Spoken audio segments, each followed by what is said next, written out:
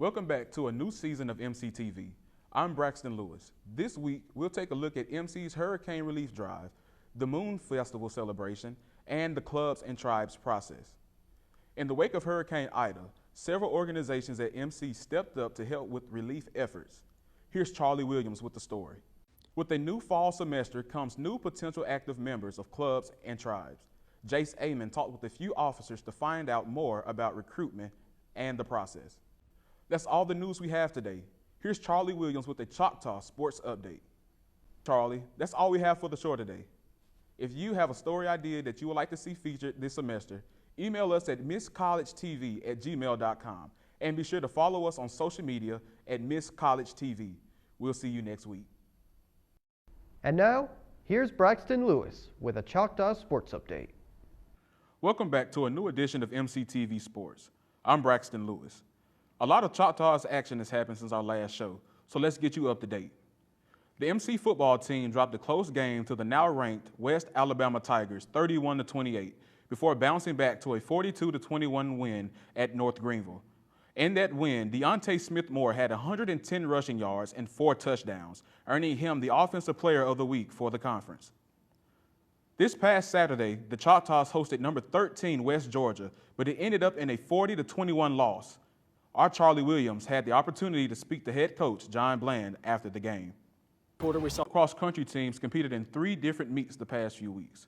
At the Cowboy Stampede, hosted by McNeese State, the men placed 5th, with 3 women placing in the top 30.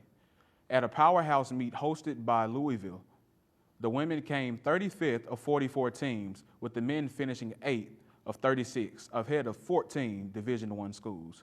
For the story on the Choctaws home meet, we go to Jace Amon.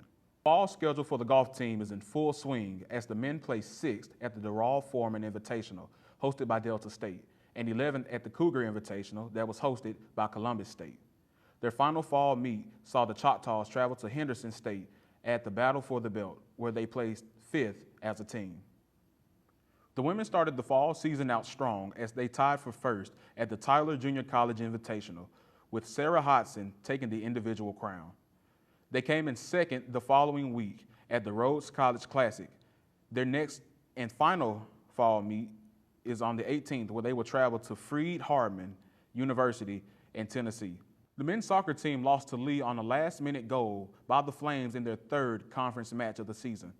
Since then, the Choctaws haven't lost a match, beating Shorter 4-0, tying against UAH 1-1, winning over West Alabama 2-0, and dominating UT Tyler 4-0. Their 3-1 win over LSUA gives them a 6-4-1 record on the season so far. On the women's side, they also lost to a ranked Lee team before picking up wins over both Shorter and UAH.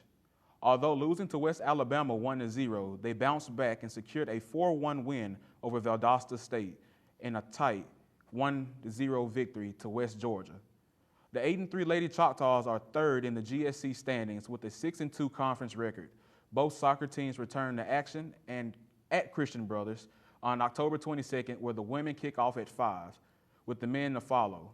The volleyball team started GSC play out strong with the win over West Alabama in 4 sets. However, they lost their next 3 matches to frontrunners Montevallo, UAH, and nationally ranked West Florida. They followed those losses with a 5-set win over Auburn Montgomery and victory over West Alabama in straight sets. In that last match, Lexi Laurendine became the leader for assists in the program's history.